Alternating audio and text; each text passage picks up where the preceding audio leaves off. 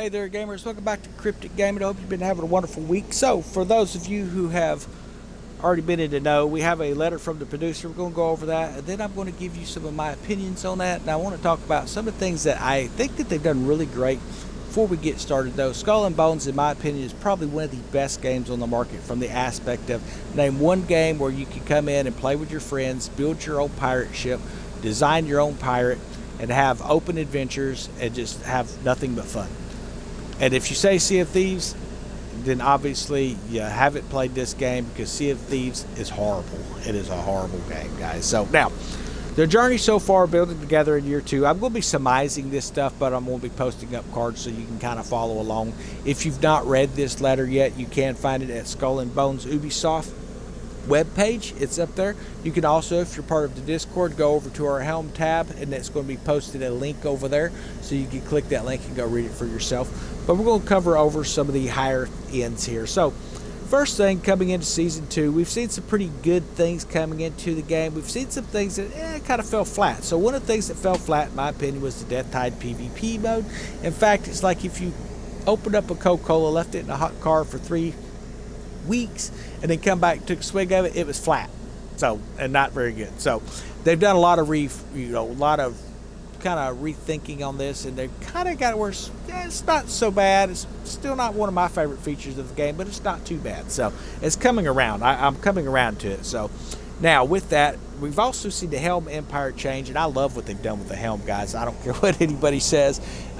We went through Season 1 coming into Season 2. It did not get reset. We did not have a cap on our Pieces 8 like some people were reporting.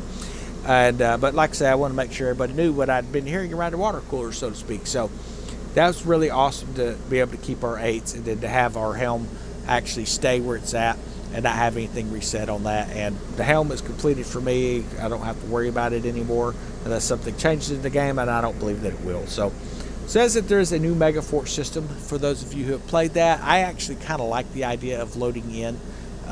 And you might end up playing with your friends, but you might end up not. So I'm hoping to see that they will tweak where we can have at least teams of 5. That'll work better with the Deathtide PvP. It'll also work better with those elite captains that we have to fight, like Vikram and Lee and things like that over there to level 20s in World Tier 2. Hoping to see that. They've talked about it in the past. I'm hoping that we're going to be getting that here in... I would like to see it in this season. I feel like they owe us something as gamers, guys.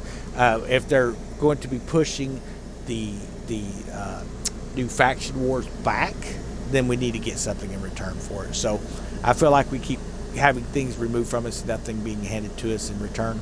Understand, in full disclosure, Deathtide PvP mode, this was something that should have been here year 1 at the midpoint of Season 1, and then it was Season 2, then it was midpoint of Season 2, then we didn't hear anything else about it until year 2 come out.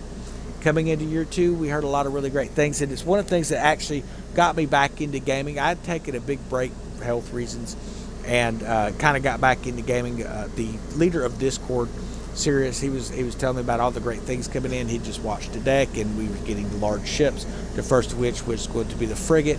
It was being reported that it's going to be a frontline DPS ship, and I was excited because that is the top ship that everyone has been requesting since this game released, is the frigate. Everybody wanted it. Everyone's heard of a frigate. Everybody that's like, if we could get a frigate, I'd be happy. So when the frigate finally come around, I use it every day. I enjoy it. I like it. Okay. But there are some aspects of it, like that twitching thing, that still needs to be worked on, by the way. Reported that they had put in there that they've had it fixed. I'm still having some issues with that. So hopefully to get that tuned on in. And that's one of the things that they did mention in their notes, is that they're going to be working on that still. So that they're going to be tuning the frigate in, not just that aspect of it, but they're going to continue to spend more time on fine-tuning it. So, but that is why that they're saying Faction Wars is going to be postponed. Now, one other thing here, well, it's actually 2 things, but one I did want to show you. So we have that cosmetic loadout now, which is fantastic. I love that thing. But also we have the arsenal loadout. Now, there was a question about why they can't use it on other ships. You know, why is it, they've saying that the weapons ascended. Well, if you look at the right-hand corner, it says toggle loadout source. On my Xbox, it's showing the 3 lines. Well, if I click on this, these weapons are assigned somewhere else, so it won't let me click it. It's like, oh, those weapons are assigned. I don't have extra weapons. What's the point in having that? Well, if I click that toggle now, I can assign whatever I want. And it will jerk it off of another ship, so you're aware. It will take it from another ship and put it on this ship. So as long as you've saved the loadout for that ship, it doesn't matter if you pull it off of that ship. So that's how that works, guys. Just so you're aware. It's a fantastic feature. I love that feature. That's actually one of my favorite features in the game right now. I do try to build multiple weapons, though. I do think we're going to end up with a might system later. We'll have to wait and see. But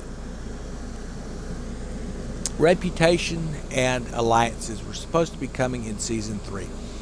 I don't know if we'll see those or not. According to the notes, the little letter that was put out, they're going to be pushing Faction Wars to a later date.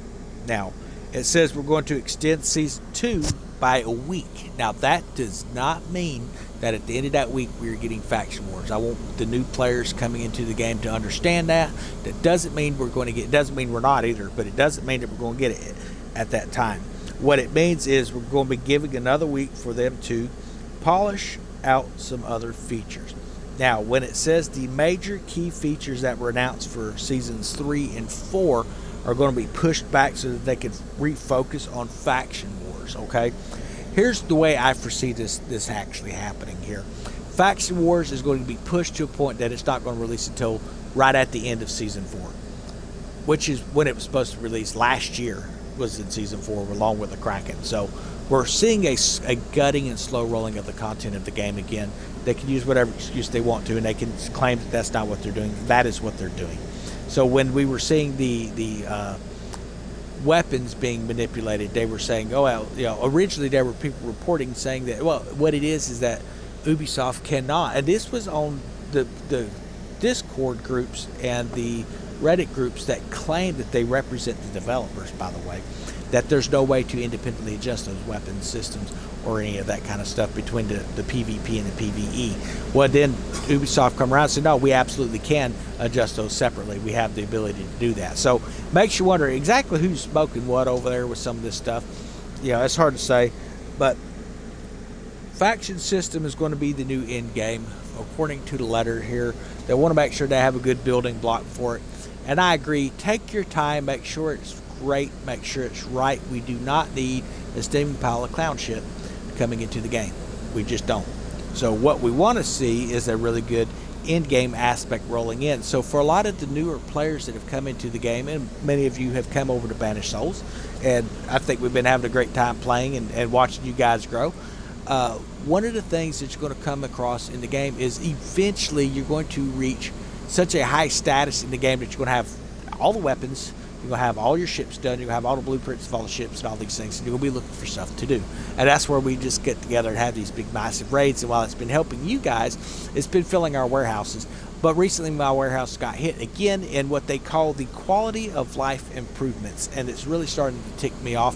When I go in and I spend my extra 8s, we're talking into millions of 8s of year 1 for materials such as like the orca mechanisms and things. And I had, you know, like I have with my cannonballs. Again, it took me a while to get it back up there.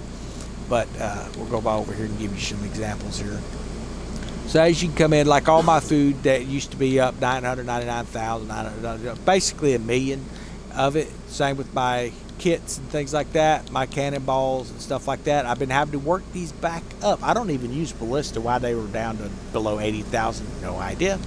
So I've been having to work this stuff back up. Same thing with a lot of these other resources. But one of the things that I did last year is I wanted to make sure that when I came into year 2, if I decided to come back, that I would have plenty of the like sinew string items, plenty of these worm's breath. You know, I've got 961 now. Keep in mind I had over 99,999 of these last year and just a few weeks ago, but now I'm down to below 1,000. And these things have been getting hit slowly. All right, now it's not because, oh, well, you've been upgrading it to higher end materials. No, it's because their quality of life system that they're not reporting on it is it's actually capping and removing stuff out of people's warehouses. And you may not have realized that. I do recommend that you check your warehouses, guys.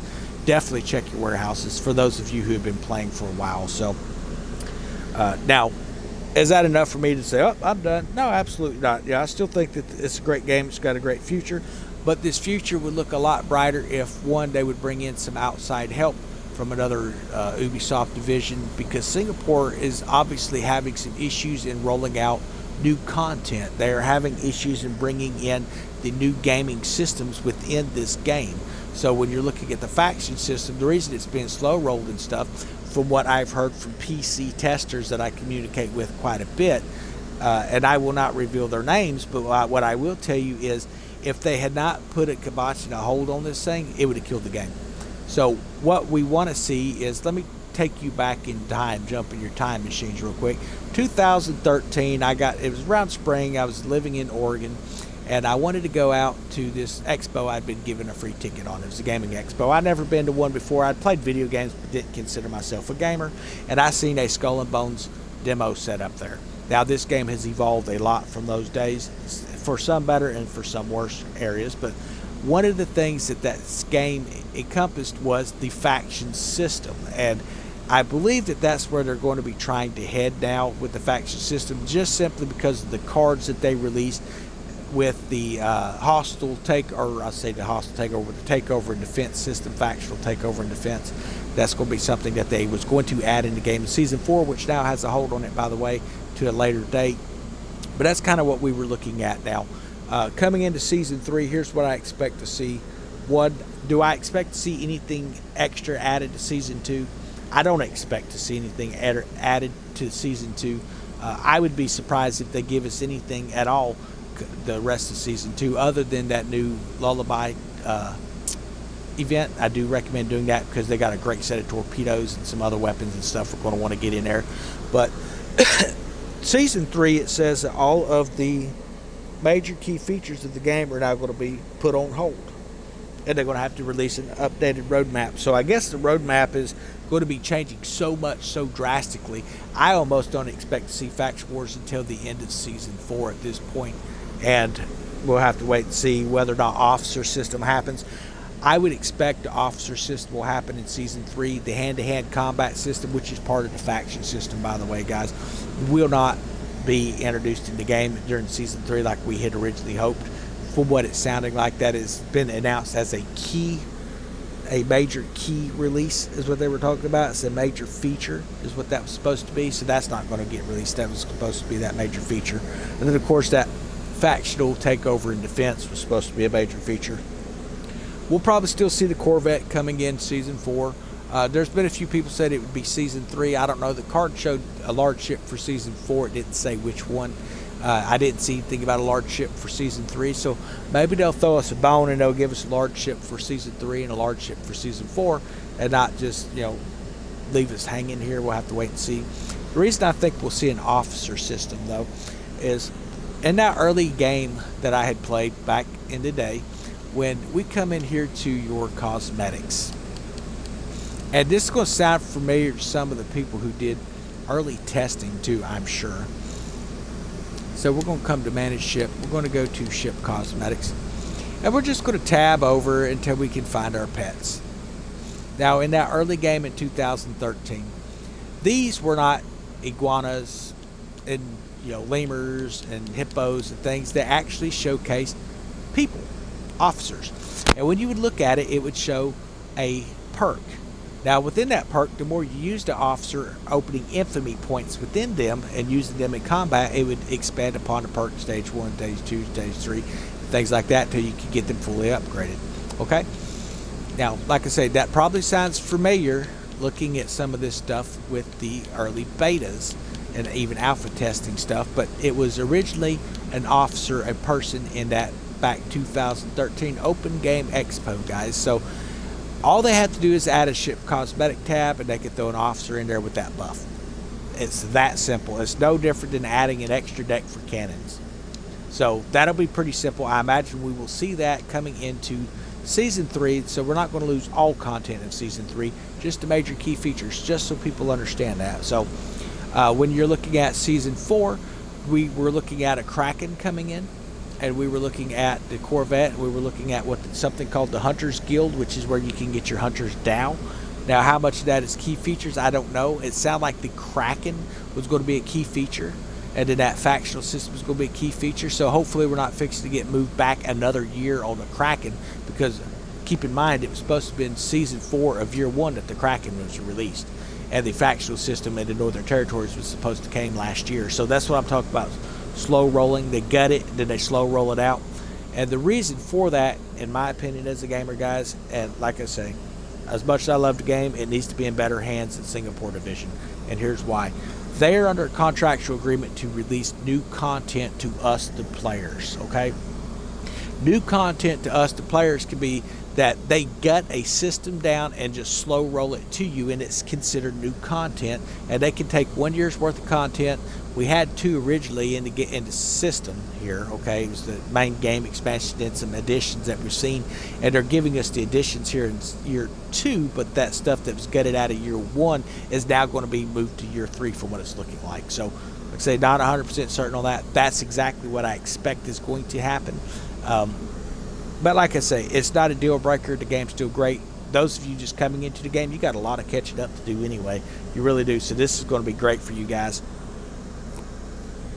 For those of us who have been playing this game since early release, we're talking, back when we bought the deluxe versions of it, and we got to have the extra, 3 days or a week or whatever it was, play.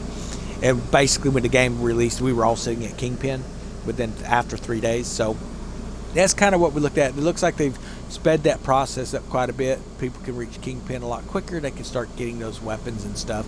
I'm hoping to see some new furniture features coming into the game, maybe some new weapons at the very least. We need something to grind toward. Right now, where we're kind of sitting right now with the Moonshine event, I mean, honestly, I'm working on upgrading my 3rd frigate at this point. So I'm kind of burnt out on the fort. I'm burnt out on getting iron and stuff.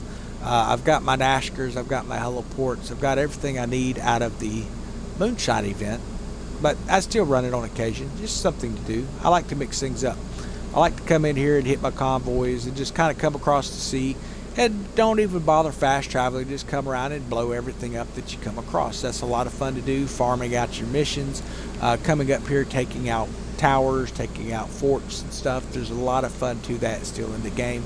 Obviously, we're looking for new content to focus on. So hopefully they throw us a bone. And hey, guess what? Yeah, we lied to you again. Sorry about that, guys. We'll be giving y'all some different information later. That doesn't cut it anymore. That was year 1 stuff. This is an established game. We should be beyond this. In fact, Ubisoft does a better job than this. Don't let the Singapore division turn you off toward Ubisoft. If you've ever played any of the Assassin's Creed games, you've played Far Cry games, things like that, they do a fantastic job with those games. Most of the games that have bottomed up are out of these types of deals where they made a deal with the government over in the area. Those are the ones that they hire their families to fill those positions, and they cannot do the job. And that's kind of where we're at now over there. So hopefully something happens soon. All I know is let's keep the game going. We'll keep it busy until year 3 comes around. After year 3 comes around, they can move it to another Ubisoft plant or a new producer, hub or whatever there, and get it away from the people that are effectively slow rolling the content to save their jobs. Y'all have a wonderful day.